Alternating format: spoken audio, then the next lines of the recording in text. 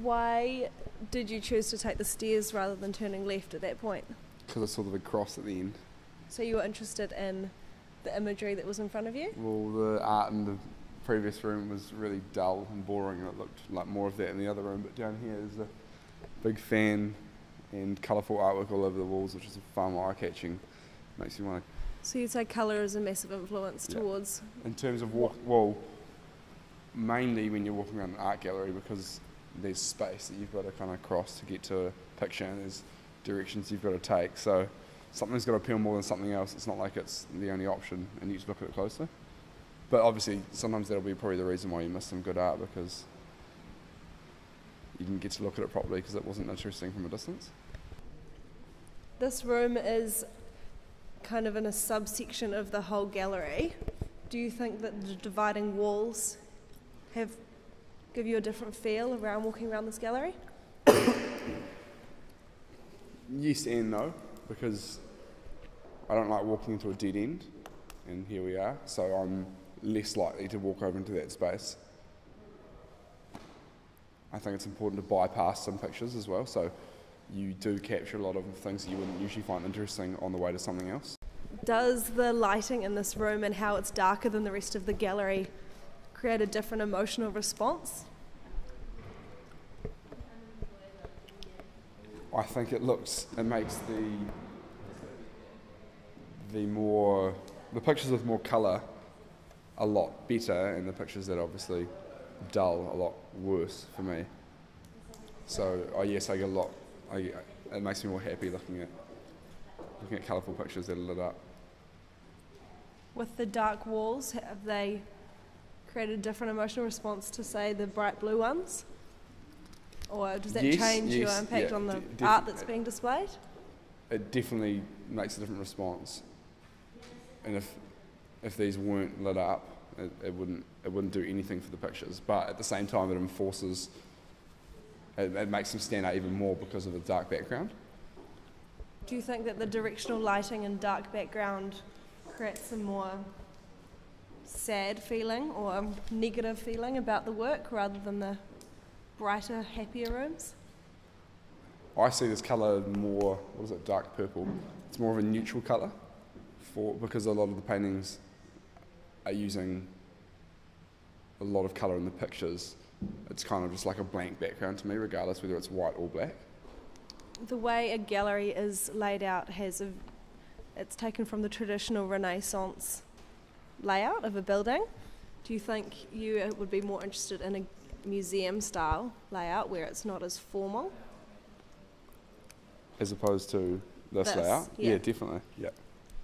Yeah, something like Te Papa does a lot for what's on display there, I think.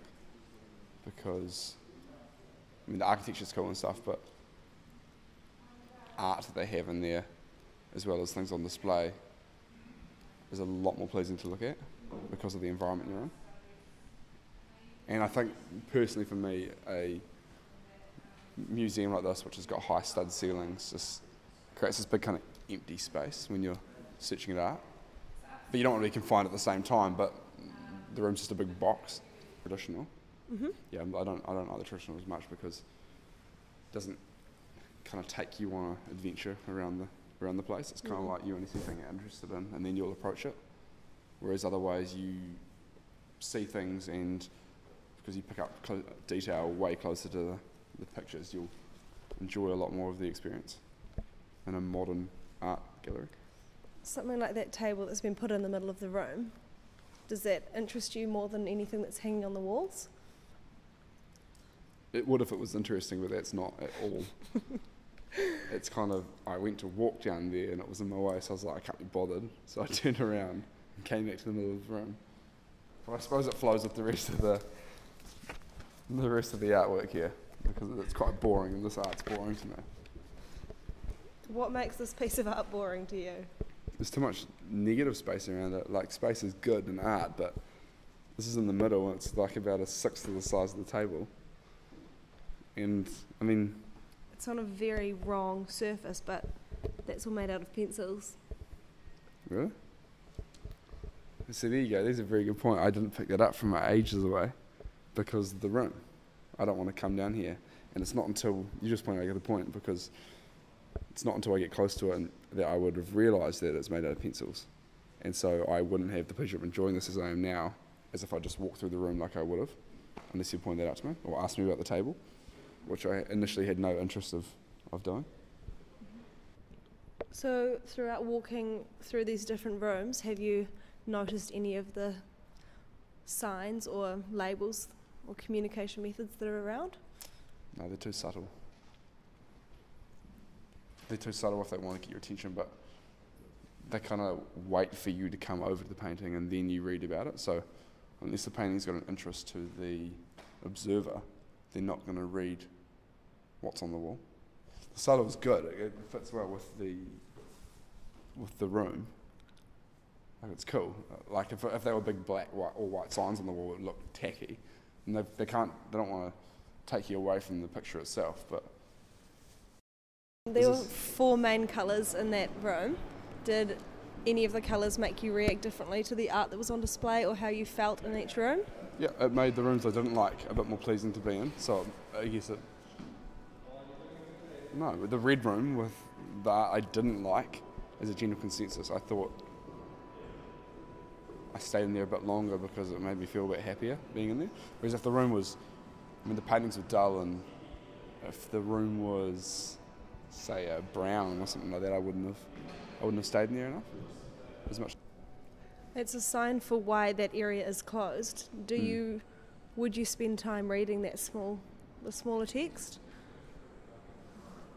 As opposed to just looking at the images and taking the sign because in. there's something interesting about why it's closed. Whether there actually is or not, the sign suggests that there is. Someone's taking the time to do a lot of these little pictures. It's not just some tacky sign put up with, like a little "don't go here, the floor's wet" kind of thing. It's someone's taking the time to put that in here. Maybe it's just because it's in an art gallery or whatever, but I'd definitely go over and read each little symbol. Some symbols you can identify and some symbols you can't, so you want to go over there and have a look at, discover something out.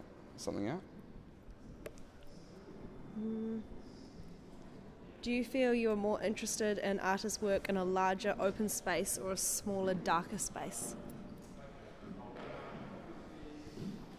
Would depend on the art and depend on the lighting, like you were talking about, I think. So lighting has a big influence on... Huge impact. Well, it has a big impact in the dark rooms. It makes the dark rooms, like if there's a large room and there's a large piece of art on the wall and the room's lit up and, I don't know what I'm trying to say, but like a small dark room with lit up paintings as opposed to a large room with lights, but the paintings aren't lit up as much. They kind of are on par with me, The illuminating pictures make the small dark rooms more pleasing and kind of make up for the big rooms not having the light specifically focused on a certain painting, whereas it's just in the room as a whole.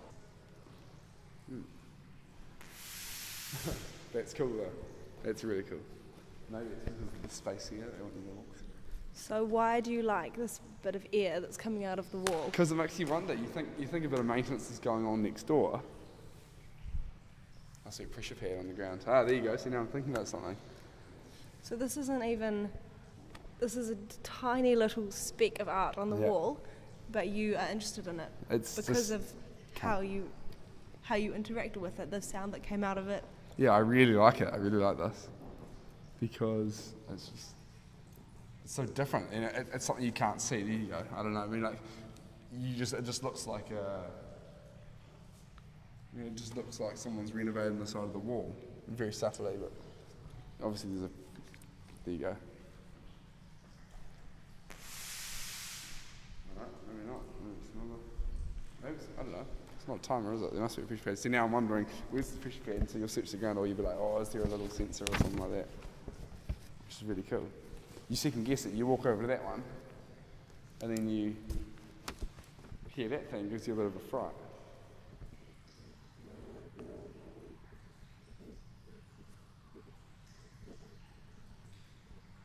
I don't know. Well, you'd think that is it there, eh?